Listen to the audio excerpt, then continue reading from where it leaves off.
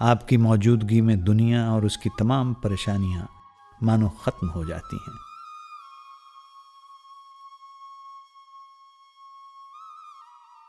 डेरे में तथा कई अंतर्राष्ट्रीय केंद्रों में सेवादार विभिन्न भाषाओं में सत्संग का अनुवाद करते हैं।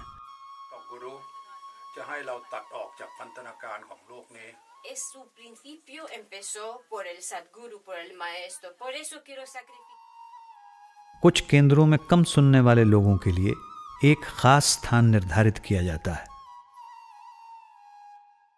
अधिकतर अंतर्राष्ट्रीय केंद्रों में सत्संग के दौरान 10 साल से कम उम्र के बच्चों के लिए फैमिली एरिया की सुविधा उपलब्ध है।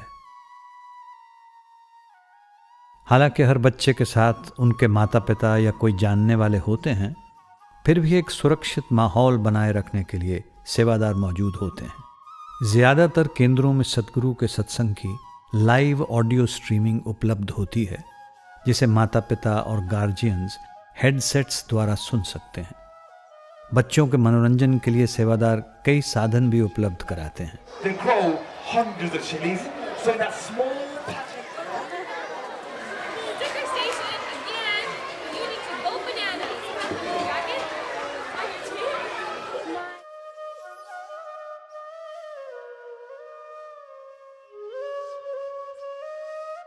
सत्संग के बाद लोग एक दूसरे से मिलते हैं, परिवार और मित्रों के साथ आराम करते हैं और आसपास के कुदरती नज़ारों का आनंद उठाते हैं। जो लोग संत मत के रहन सहन के बारे में जानने में दिलचस्पी रखते हैं, उनके लिए किताबें, ऑडियो सीडीज और वीडियोस रियायती दाम पर उपलब्ध हैं। जिनको किसी भी प्रकार की सहायता की ज़रूरत हो, वे आसानी से सूचना विभाग से संपर्क कर सकते हैं। कई अंतर्राष्ट्रीय केंद्रों में निर्धारित सत्संग के दौरान संगत की सुविधा के लिए पैक्ड लंचेस रियायती दाम पर उपलब्ध हैं। सेवादार सुबह 4 बजे से ये खाना बनाना शुरू कर देते हैं। पैक्ड लंच में दिए जाने वाले इन रैप्स को पहले डीफ्रॉस्ट किया जाता है और फिर इन्हें ओवन में गर्म किया जाता है, ताकि सत्संग के तुरंत बाद संगत को ये गर्मा गर्म रैप्स खाने के लिए मिलें। हेन्स पार्क में संगत के लिए रोजाना लगभग 15,000 पैक्ड लंच तैयार किए जाते हैं। सेवादारों के लिए दिन भर पौष्टिक भोजन उपलब्ध कराया जाता है। कई सेवादारों के लिए भोजन का समय विश्राम के लिए भी होता है और इस दौरान वे सेवा के अपने अनुभवों को भी आपस में बांटते हैं। बहुत से सेवादार जो साथ सेवा करते हैं, उनकी आपस में जीवन भर की दोस्ती कायम हो जाती है। One of the wonderful side effects of Seva, there's one center that I go to that there is a lot of youngsters at this center, and they all came from different general satsangs and from all over the country, and they didn't know each other, and they were in a certain way a little bit alone. They might have been the only vegetarian in school. They might have been the only one that when they said, oh, let's go out and do this, they said, no, I'll pass. And then they go and do Seva together, and they become part of a team where they realize, look, I can have all of these friends. I can have this activity on a Saturday or a Sunday where all of us come from different places, different backgrounds, different castes, different colors, and we all do this together, and people become lifelong friends. And the only thing they might have in common is that joy, that pleasure that comes from spending hours working with each other so satsang can be held. And there's nothing like that because you have a common goal and a common purpose. डेरे में खाने की जगहों पर सेवादार सबसे अधिक व्यस्त रहते हैं। लंगर में सेवादार लगातार दिन और रात चूल्हों में ईंधन डालते रहते हैं, क्योंकि दोपहर का खाना, रात का भोजन, सुबह शाम का नाश्ता और हजारों की तादाद में रोटियां बनाई जाती हैं, चाय बनाई जाती है और बर्तन साफ किए जाते हैं। लंगर के सेवादार दिन रात कड़ी मेहनत करते हुए, शब्द गाते हुए और आपस में मिलजुल कर अपने सद्गुरु की संगत के लिए भोजन तैयार करने का पूरा आनंद लेते हैं।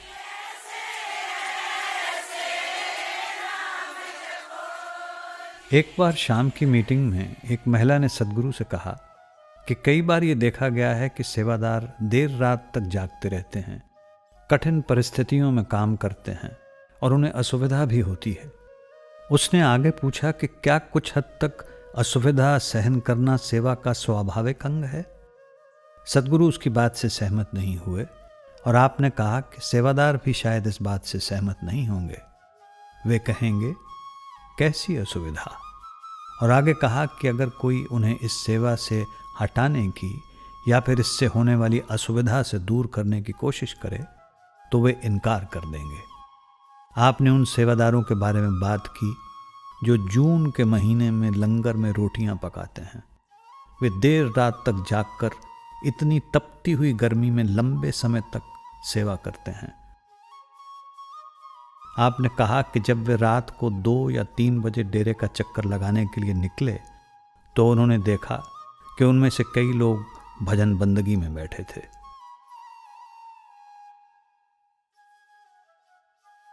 सेवा की एक सबसे बड़ी भेंट यह है कि हम इसमें इतने लीन हो जाते हैं कि अपने आप को पूरी तरह से भूल जाते हैं। हम अपने शारीरिक दुख दर्द, अपनी थकान, अपनी चिंता को भुलाकर उस समय हो रही सेवा की खुशी में डूब जाते हैं। महात्मा गांधी ने एक बार कहा था, अपने आप को खोजने का सबसे अच्छा तरीका है दूसरों की सेवा में अपने आप को भुला देना। हमें तो पता ही भी नहीं चलता धूप है कि छाँव है, कैसा मौसम है। हम तो अपनी सेवा में लगे रहते हैं और सेवा करते रहते हैं। नहीं, टायर्ड बिल्कुल नहीं, टायर्ड नहीं फील होता ही नहीं है। बाबा जी की दया से पता नहीं अलग सा महसूस होता है, जैसे कि हम पता नहीं कहाँ आ गए हैं, क्या यहाँ पर क्या माहौल है, इसका हम बता भी नहीं सकते। जब बाबा जी शाम को सुबह यहाँ दर्शन देने आते हैं तो जब वो दर्शन दे के जाते हैं तो इतनी एनर्जी मिलती है, प्यार मिलता है, तो सेवा करने का बहुत मन करता है।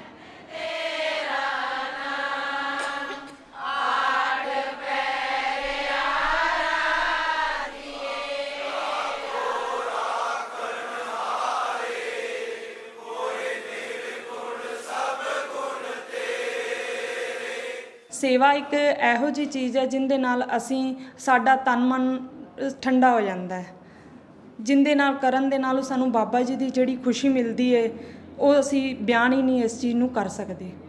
ਬਾਬਾ ਜੀ ਨੂੰ ਉਹ ਇੱਕ ਹੀ ਚੀਜ਼ ਚੰਗੀ ਲੱਗਦੀ ਹੈ, ਨਿਮਰਤਾ ਤੇ ਡਿਸਪਲਿਨ। ਅਸੀਂ ਸੇਵਾ ਤੇ ਆ ਕੇ ਸਾਨੂੰ ਇਹੀ ਚੀਜ਼ ਸਿਖਾਈ ਜਾਂਦੀ ਹੈ ਵੀ ਸੇਵਾ ਕਿਵੇਂ ਕਰਨੀ ਹੈ, ਸੇਵਾ ਦੇ ਵਿੱਚ ਰਹਿ ਕੇ ਨਿਮਰਤਾ ਕਿਵੇਂ ਪੈਦਾ ਕਰਨੀ, ਕਿਵੇਂ ਕਿਸੇ ਦੇ ਨਾਲ ਬੋਲਣਾ ਹੈ, ਆਪ ਤੋਂ ਵੱਡੇ ਦੇ ਨਾਲ ਤੇ ਆਪ ਤੋਂ ਛੋਟੇ ਦੇ ਨਾਲ। कुछ लोग शायद पूछ सकते हैं कि सेवा करने के लिए इतनी कड़ी लगन, ऐसी अपार शक्ति कहाँ से आती है? Actually, everything comes from him. He gives the strength, he gives the good thoughts. All what is good comes from him. So, at the end of the day, if you are open to his compassion, to his grace, you get everything. Just keep open.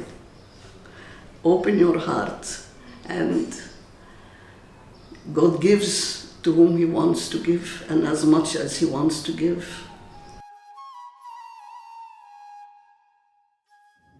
There is an anecdote that comes to mind of Hazur Maharaji during the time of the eye camp. And he brought Dr. Pawa to the evening meeting with the Westerners.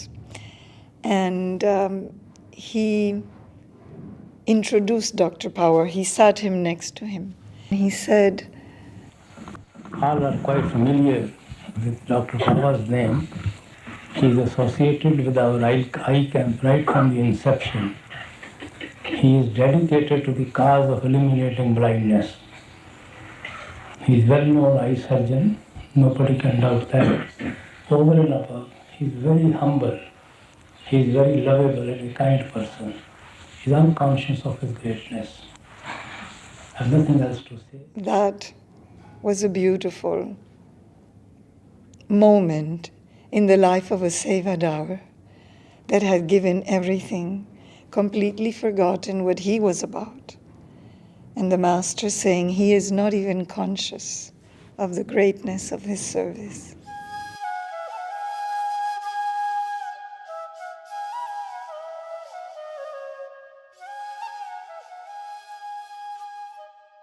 लोगों को आश्चर्य होता है कि सतगुरु के निर्धारित सत्संग कार्यक्रम के समय जब हजारों लाखों की तादाद में संगत आती है, तब सेवादार किस तरह संगत के प्रवाह को संभालते हैं और भीड़ का संचालन इतने व्यवस्थित और अनुशासित तरीके से करते हैं। भीड़ पर नियंत्रण रखने वाले सिक्योरिटी सेवादार और ट्रैफिक सेवादार पैदल चलने वाले लोगों का, वे चाहे जवान हों या बुजुर्ग, मर्द या औरत, यानी सारी भीड़ का मार्गदर्शन करते हुए, ट्रैफिक का निर्देशन करते हुए, भीड़ को जमा होने से रोकते हुए और सबकी सुरक्षा का ध्यान रखते हुए हर जगह नजर आते हैं।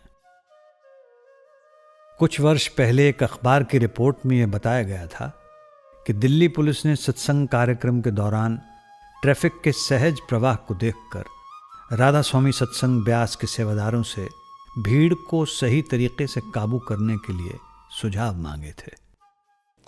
You see, biggest challenge for us in security is crowd management.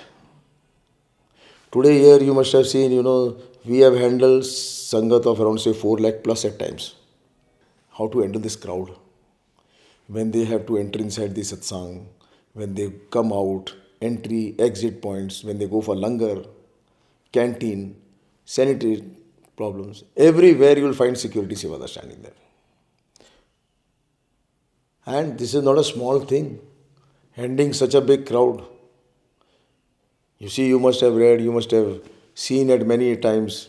There's a small gathering, things have not been managed properly, there's a stampede, there are so many deaths. And in our organization, it's all thanks to Babaji, there has not been a single case like this. Well, at least in my career of so many years, last 55 years, 60 years about, I have never seen any such a case. We've gone through many such times when there have been problems, but with His grace, everything has gone well. We enjoy doing seva. Otherwise, we would have spoiled half our life in all these worldly things and all. Now at least we are away from those things. Life is full of tensions, Only the days you are here in satsang, seva, you are away from your tensions and all.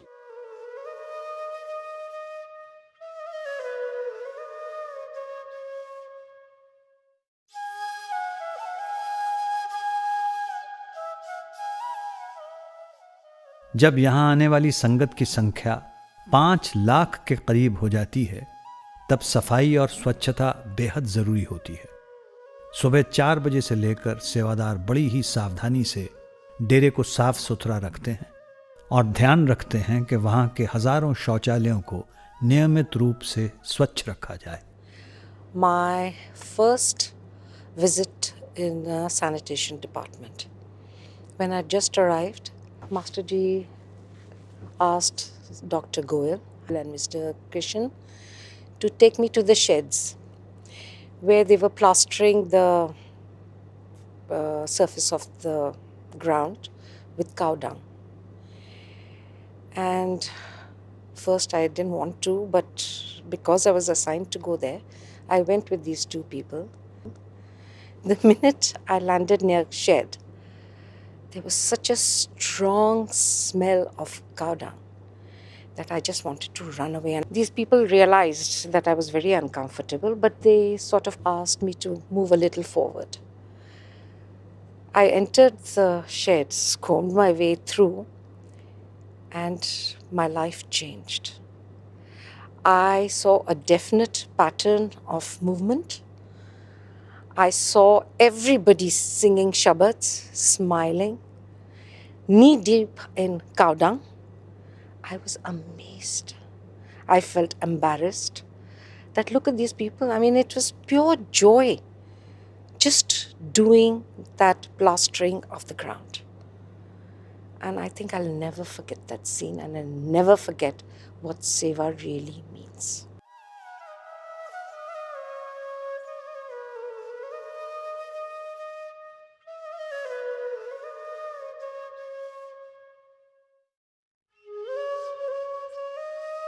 Master ji डेरे में सबसे प्रेरणादायक सेवादारों में से एक थे। कई सालों तक सैनिटेशन डिपार्टमेंट के हेड थे।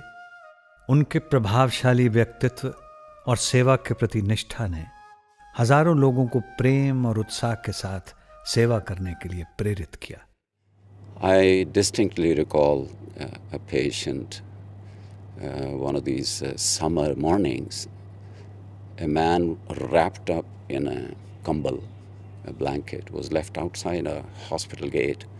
Masterji went there, and when he opened up the blanket, there was this man who was delirious because of high fever. And there was a strong odor there, which was coming from his right leg, which had a huge sore covering the leg, and there were maggots crawling all over it. And people who were standing around, they moved back a few steps when they saw this patient.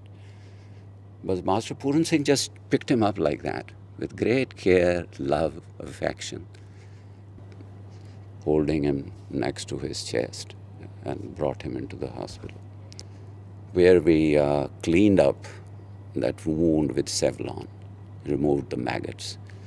Then we took him to the bathroom which was there, gave him a shower, and then he was admitted to the medical ward. And a few days later, his fever came down, and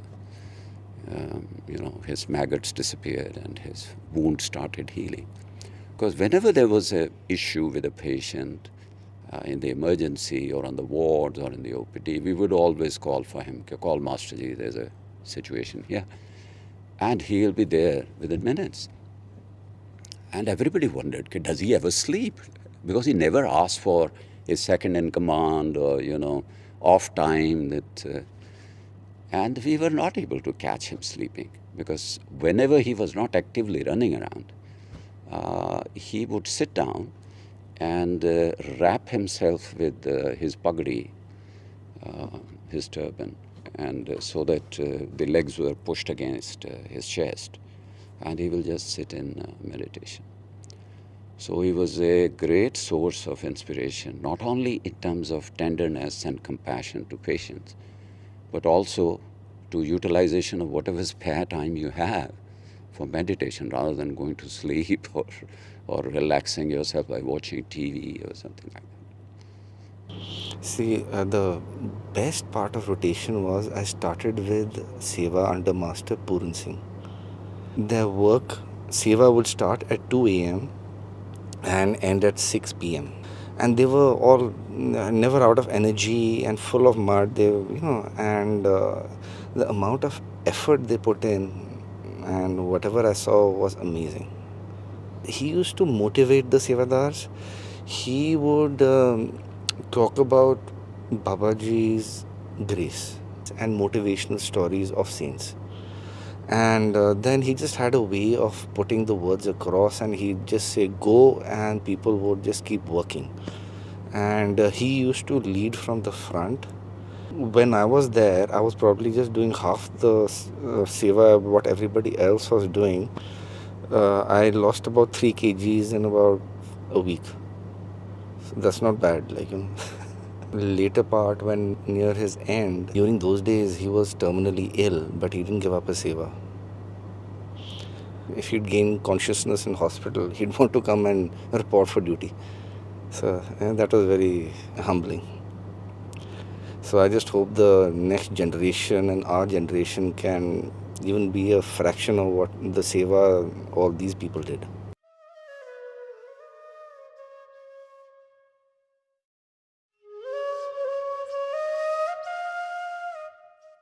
लोक सेवा डेरे में शारीरिक तौर पर की जाने वाली सबसे कड़ी सेवाओं में से एक है।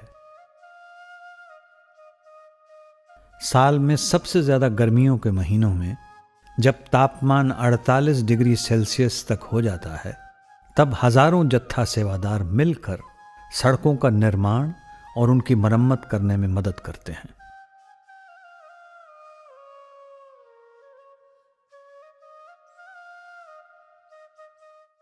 ये सेवा बाबा जी करवाते हैं, जीव नहीं कर सकते।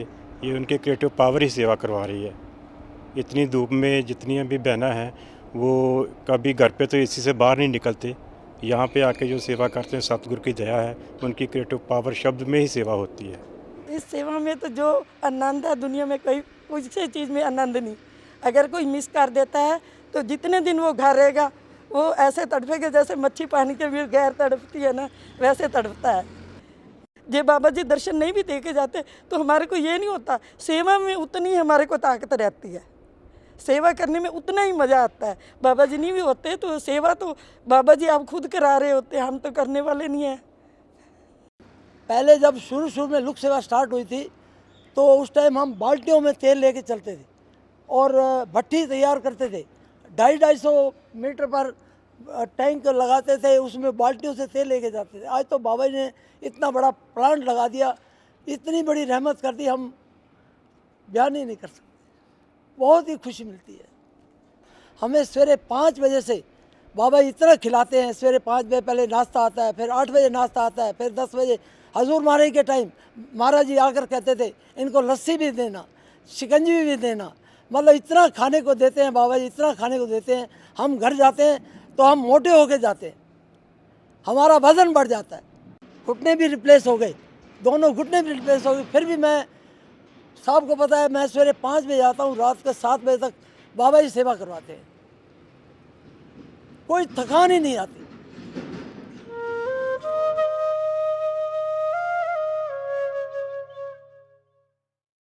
They are really very helpful and very willing workers.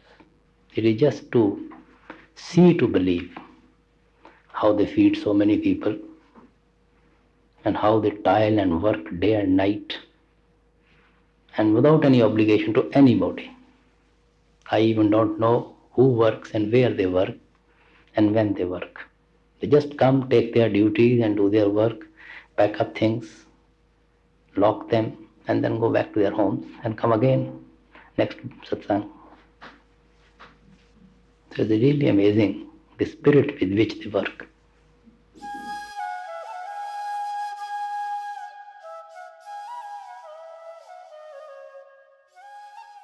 I remember hearing Babaji proudly speaking of his Sevadars when he worked against all odds to build a shed for refugees in Kashmir.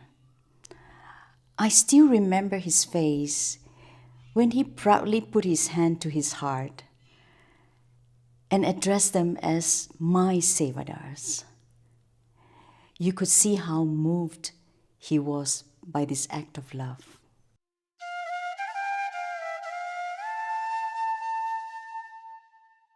एक बार किसी ने सद्गुरु से पूछा कि सत्संग घरों के लिए दुनिया भर में जमीनें क्यों खरीदी जा रही हैं। आपने समझाया कि इतनी जमीन खरीदने का मकसद यह है कि लोग आपस में मिलजुल कर प्रेम भाव से सेवा करें और ये सीखें कि किसी का भी दिल नहीं दुखाना चाहिए, एक दूसरे का सहारा बनना चाहिए और एक दूसरे की मदद करनी चाहिए।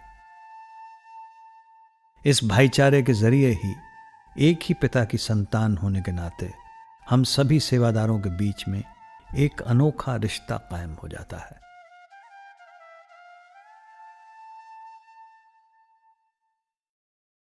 When Babaji came here to tell us that we had successfully negotiated for this property, for this study center, he said, "You're not building a building, you're building a community." And we experience that community with one another by doing seva and with one another as sevadars. It's not always easy. We don't always agree. We don't all share the same personalities. Sometimes we struggle to get along with, one another. But ultimately, we are one family, and it is the seva that brings us together and forms the love and the bonds that create that family, that community. When Babaji came, he started buying properties, started creating centers. And I remember in the beginning thinking, why has he bought such a big place? It was probably about 60, 80 acres of land. And I just couldn't imagine why he was buying so much property just to hold satsang. A few acres would have been sufficient for a building. So a year or two later, I went there, saw the center. Michael was the chairperson at that time. He said, what happened is that, as you know, it has a very large Indian population, and these are mostly Punjabis, and most of them are from the rural areas in Punjab. Not so much the young people, but certainly the parents were all farmers. And as they started coming here, the young people would bring their parents and their brothers and their families over, and basically they had nothing to do. Back in India, they all did seva, whether they were coming to the Dera to do seva or in their big satsang centers in Jalandhar or Phagwara and all these places, there was plenty of physical seva to do. Here there was nothing. And if they were not able to do seva, they felt like an arm was missing. Something was missing from their Satmat experience. So he said what happened is we started doing vegetable farming and everything out here and leveling the land and stuff. And all of these young people, as well as their parents, would start coming out.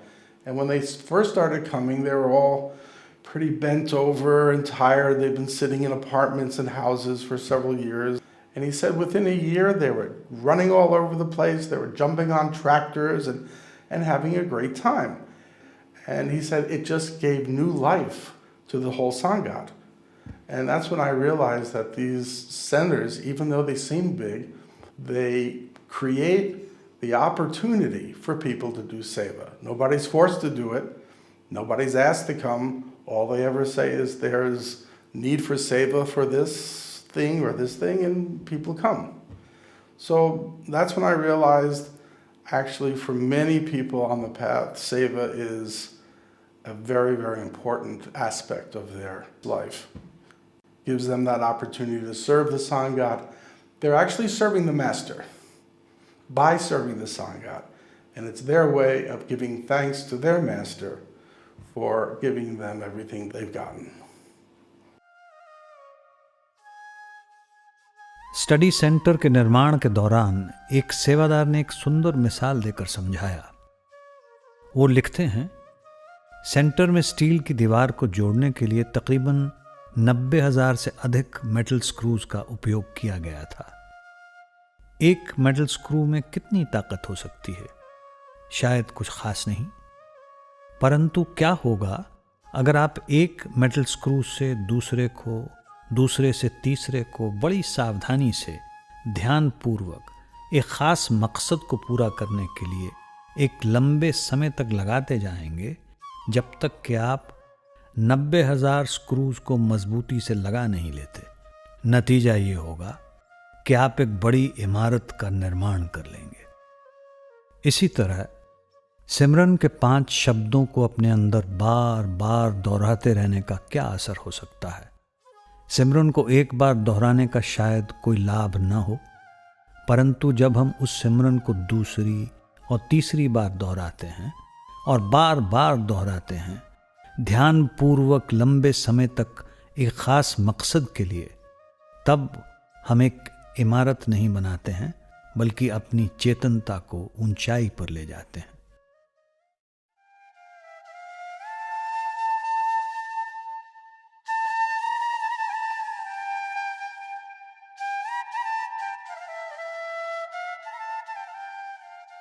आध्यात्मिक मार्ग पर अपने लक्ष्य को पाने के लिए लगातार कोशिश करते रहना एक जरूरी गुण है।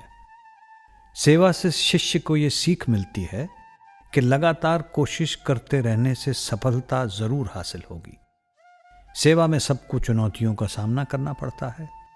जब हमारे सब्र का इम्तिहान लिया जाता है और सेवा को छोड़ देना ही आसान लगता है, इन परिस्थितियों में ही शिष्य हार न मानना सीखता है। तभी हमारे अंदर आत्मबल पैदा होता है और हम आसानी से हार नहीं मानते। इसलिए संत कहते हैं कि हम सबको सेवा की जरूरत है और इसलिए लोग इसे अपना सौभाग्य मानते हैं कि उन्हें सेवा करने का मौका मिला है।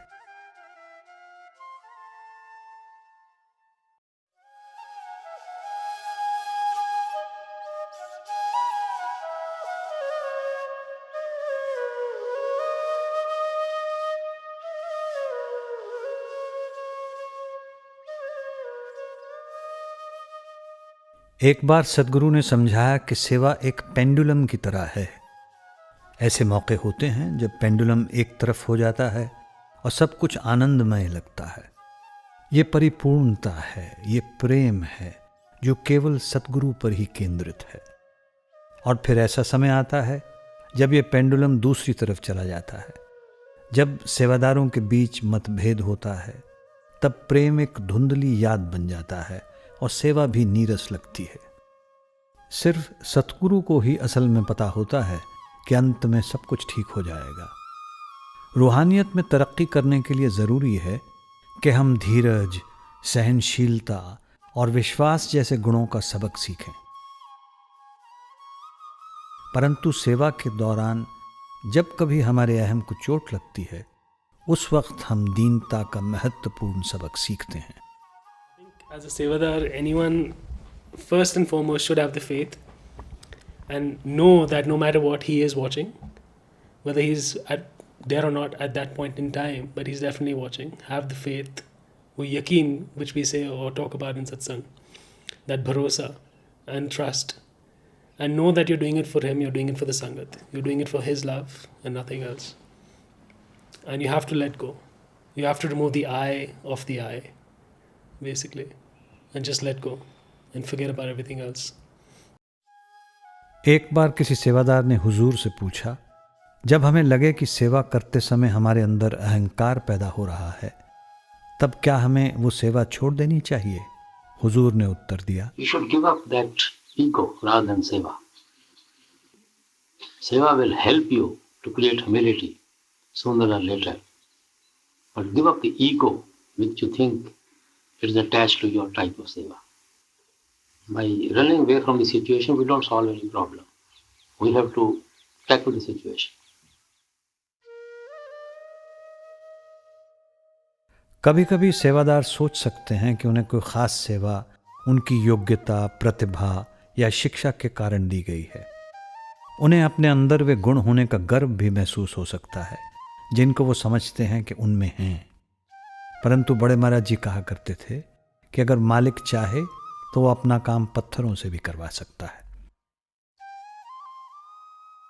One of the biggest lessons I learned was years ago. I was given a seva to stand by one of the entrances where the people were all coming into the satsang during one of the big satsang weekends. And my job was very simple. I was standing at the top of the stairs and dividing the crowd as they came in. Gents to the left, ladies to the right. That's all I did. And Sevadar came up to me and said that Mr. Mehta wanted to speak to me, and can I please come right away? And I said, okay, fine, get somebody to take my place.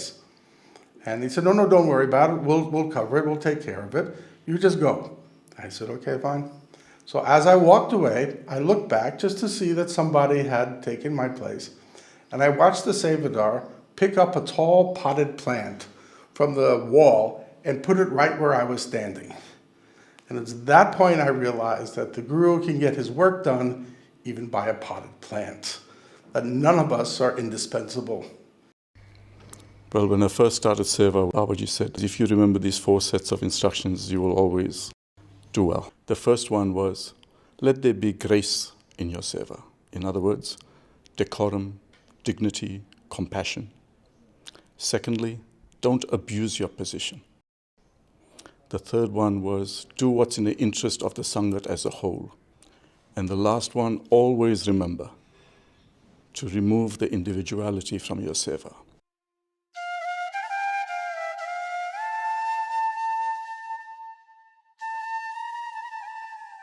जब कोई नम्रता पूर्वक सेवा करता है, तब वो जान लेता है कि असल में सब कुछ करने कराने वाला मालिक है।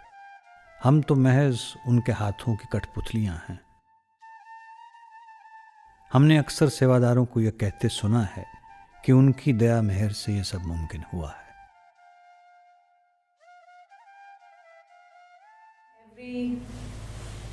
Sevadar of every department feels that he has come and done the Seva through us.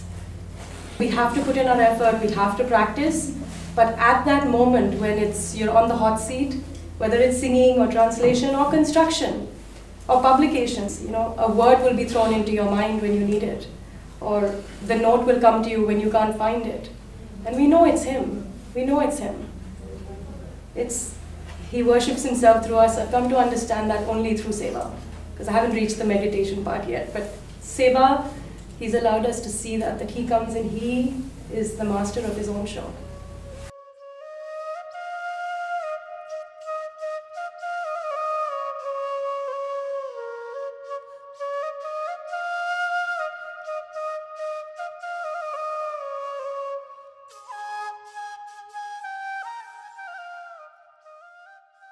हुजूर महाराज जी कहा करते थे कि जिस तरह पक्षी दो पंखों से उड़ान भरता है, उसी तरह शिष्य को दया और कोशिश के दो पंखों की ज़रूरत होती है ताकि वो आंतरिक आकाश में उड़ सके।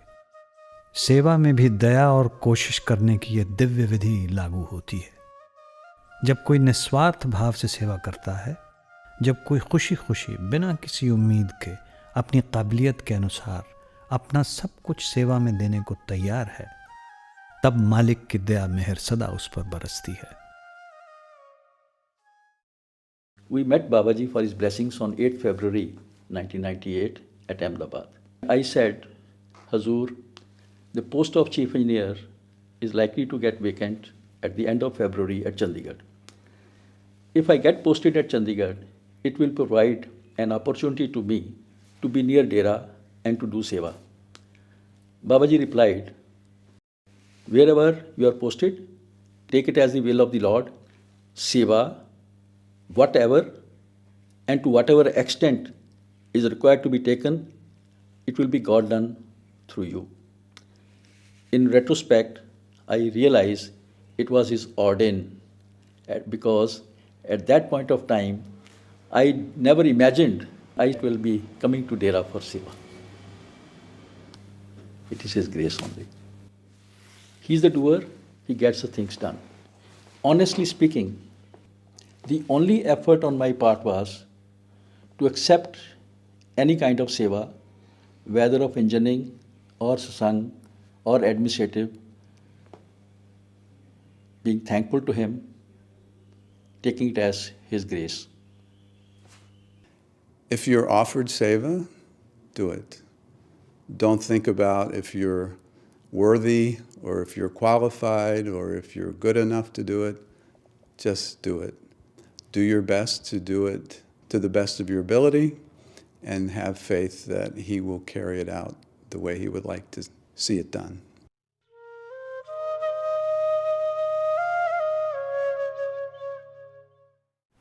It is by his grace we get an opportunity to do any seva of anybody. Everybody can't get the opportunity of doing seva, I would say. It is entirely his grace that we are capable and we get an opportunity to do seva. Many people may be wanting it, may be anxious to do it, they never get an opportunity to do it. Their circumstances don't permit them, their environment's atmosphere doesn't permit them, their family commitments don't permit them. So it's by his grace that we get this opportunity, I would say.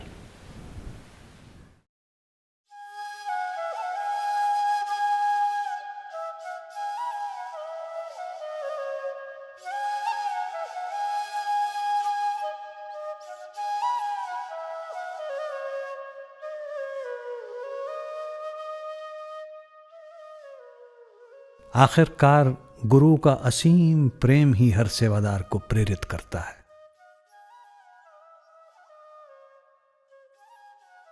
जो अपने आप को जितना ज्यादा सेवा में समर्पित करता है, वो उतना ही प्रेम पाता है। I think for me, my master is the best example. When he went ahead to help the needy people in Gujarat, otherwise in Nepal also, outside our country, he went and did seva before anybody could realize what had happened. And he does everything without propagating, without expecting anything in return. So I think that's my motivational force. Motivation, basically, it was, I would say, it was the love of Maharaji. He was pure love. We miss him today because of his love, which was overflowing.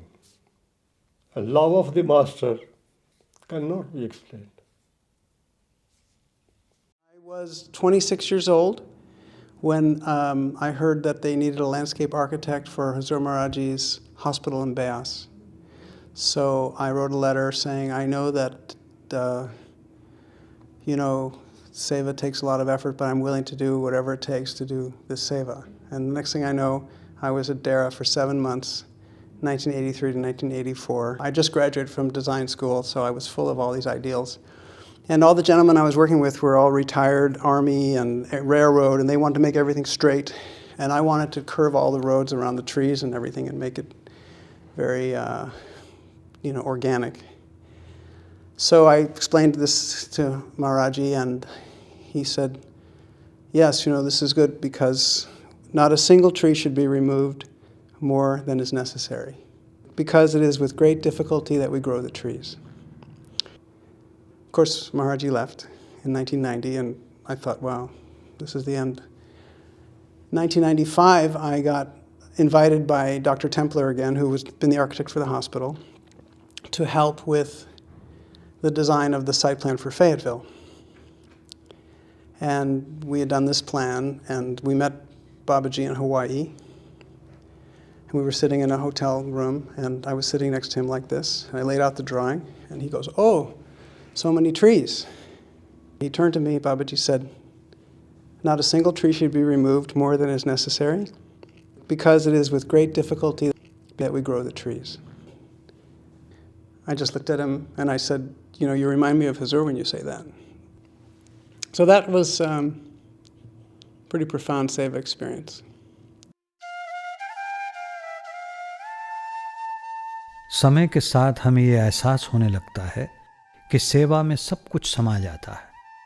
सेवा जीवन जीने का एक ऐसा ढंग बन जाती है, अंत में जीवन का सहारा बन जाती है।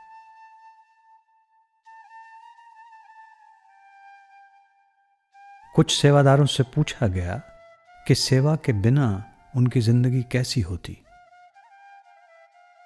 A patient's life without the doctor, without his medication, painful. A hole in the heart. I die. I think I'd say, pointless. It would be pointless without seva. जब सेवा ना होए तो कुछ नहीं।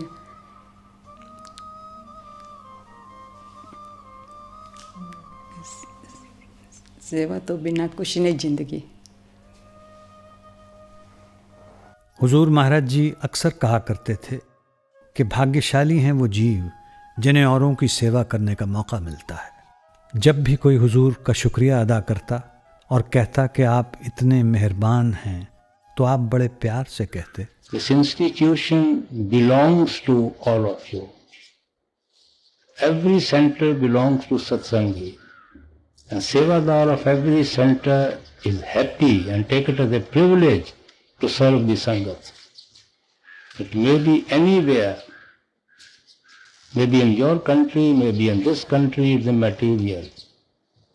Because Babaji Maharaj and the great master laid the foundation of Santmat on love and devotion, on service, on humility, on bhajan and simran. And all those high traditions are growing. And I am glad to see it's growing. So it belongs to, all these institutions belongs to every satsangi, every one of you. You are part and parcel of all this.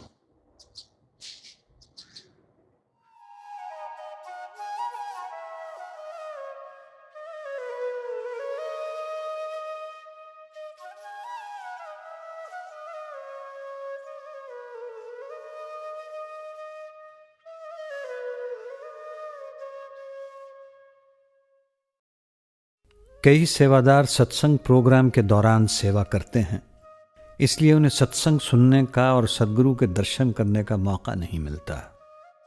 निष्काम भाव से की गई सेवा की एक अनोखी दात ये है कि जब सेवादार अपने अंदर प्रेम और विरह महसूस करता है, तब वो चाहे जहां भी हो अपने सतगुरु की मौजूदगी को महसूस करता है।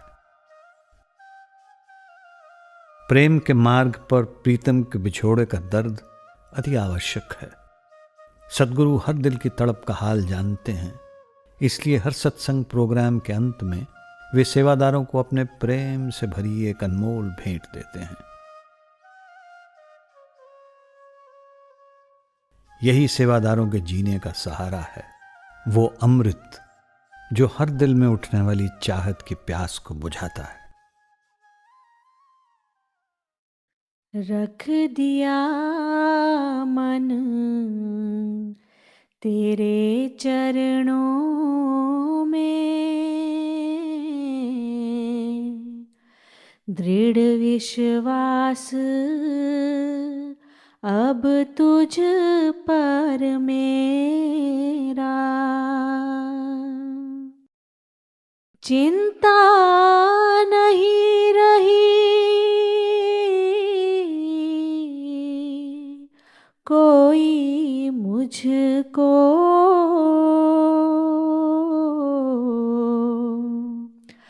पक्का निश्चय है ये मेरा, चाहे तारे चाहे डुबो दे, सदा कहा मानूंगा तेरा, मांगू ना मैं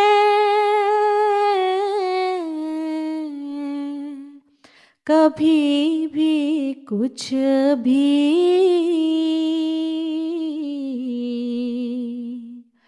कृपा दान यह दे दे मुझको,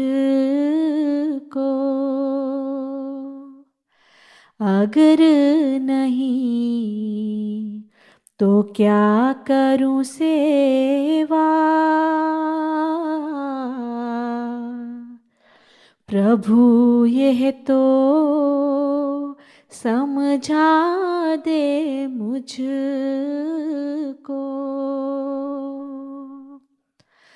करूं मैं कुछ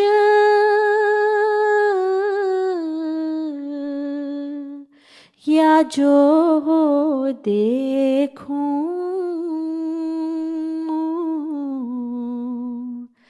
तू का कहे ये बता दे मुझको, रख दिया मन तेरे चरणों में, दृढ़ विश्वास अब तुझ पर मेरा, दृढ़ विश्वास अब तुझ पर मेरा।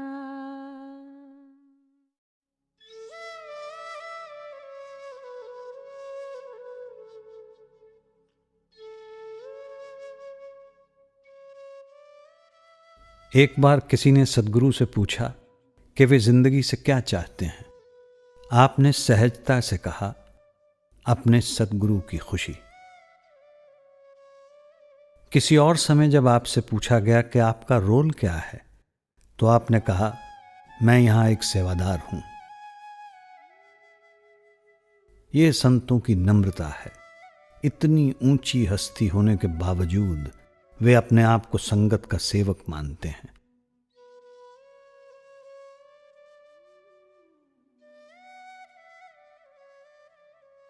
हुजूर महाराज जी ने एक बार कहा था, मैं परमात्मा का दास हूं और परमात्मा हर एक के अंदर है।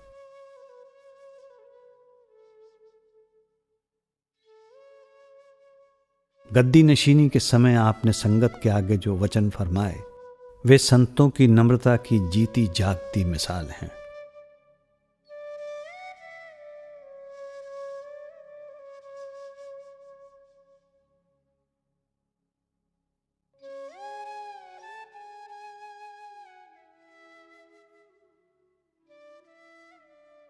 हुजूर महाराज जी के प्रति मेरा प्यार, सरदार बहादुर जी का हुक्म और संगत का प्रेम मुझे मजबूर करता है कि डेरे की संगत की सेवा करने का जो हुक्म सरदार बहादुर जी मुझे दे गए हैं उसका पालन करने की पूरी कोशिश करूं। लेकिन जब मैं अपने आप पर और अपनी कमज़ोरियों पर नज़र डालता हूं तो मन में संकोच होता है कि क्या मैं इतनी ऊंची जिम्मेदारी निभाने के काबिल हूं भी या नहीं। हुजूर महाराज जी के प्रति संगत के विश्वास और प्रेम से मजबूर होकर मैंने अपने आप को संगत के हवाले कर दिया है। अब संगत जैसा मुनासिब समझे कर सकती है।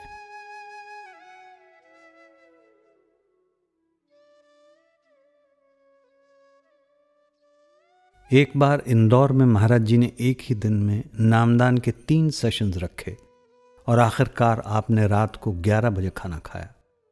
उसके बाद आप रेलगाड़ी से दिल्ली के लिए रवाना हो गए। रात भर सफ़र किया ताकि अगले दिन आप दिल्ली में सत्संग दे सकें। फिर दिल्ली से आप ब्यास के लिए रवाना हो गए ताकि आप भंडारे के लिए समय पर पहुंच सकें। महाराज जी को संगत की जो परवाह थी उसकी कोई सीमा नहीं थी।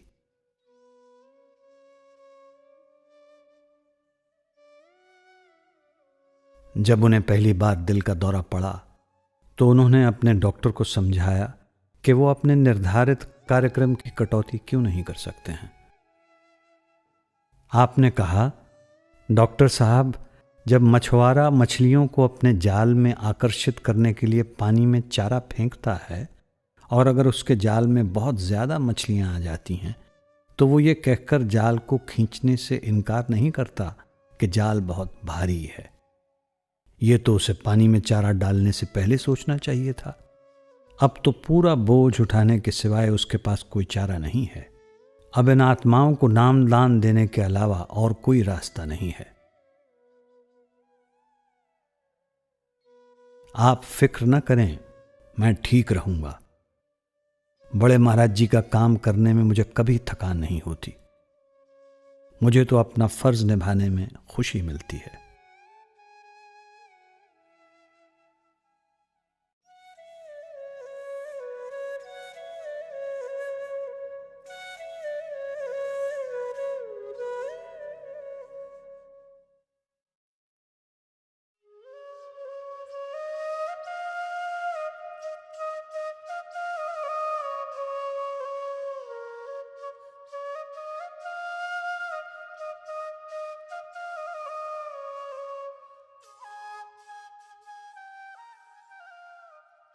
लगातार 40 वर्षों तक हुजूर महाराज जी ने दिलो जान से अपना जीवन अपने सदगुरु की दी गई सेवा में अर्पित कर दिया। सारा क्योंकि अल्टीमेटली इससे मैं लंगर के अंदर ले लंगर का परला बंदा लेवल है ना, वो भी देख लो, शूट कर देगा। हाँ, तो उस आपने ऑफिस के आखिरी दिन मेज पर रखी अपनी डायरी में लिखा, अपने गुरु अपने पूर्ण सदगुरु की सेवा में।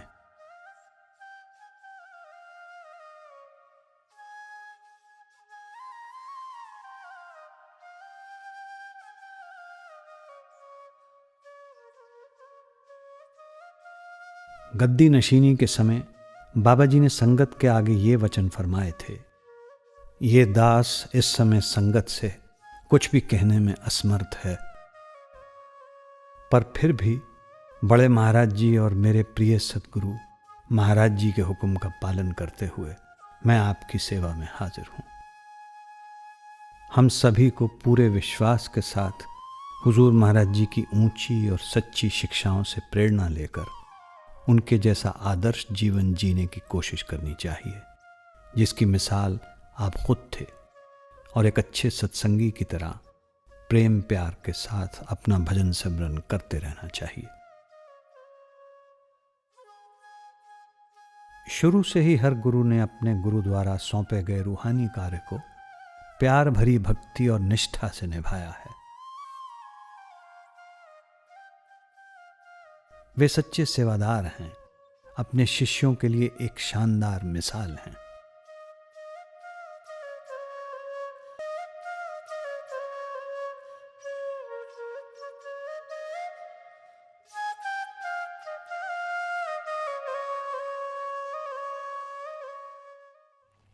I think all through his life, the Master has given his prime years to Seva, to Satsang, and to the Sangat.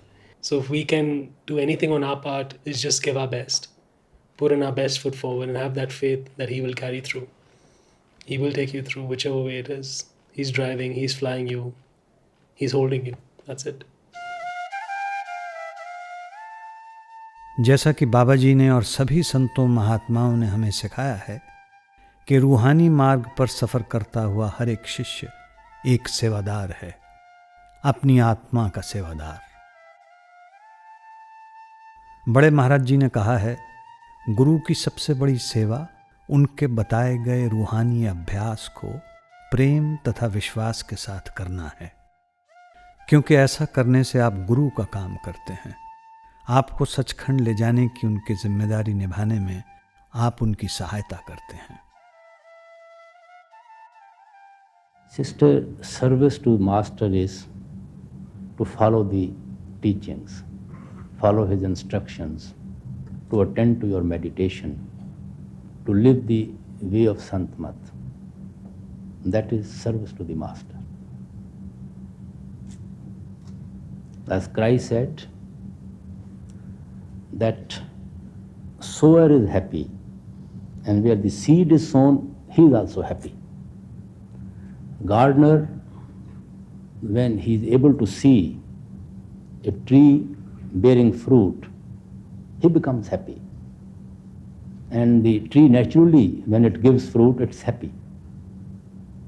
So the real service of the Master is to attend to your meditation and to change your way of life according to the Sant-mat principles. That's the only service to the Master. सतगुर की सेवा सफल है,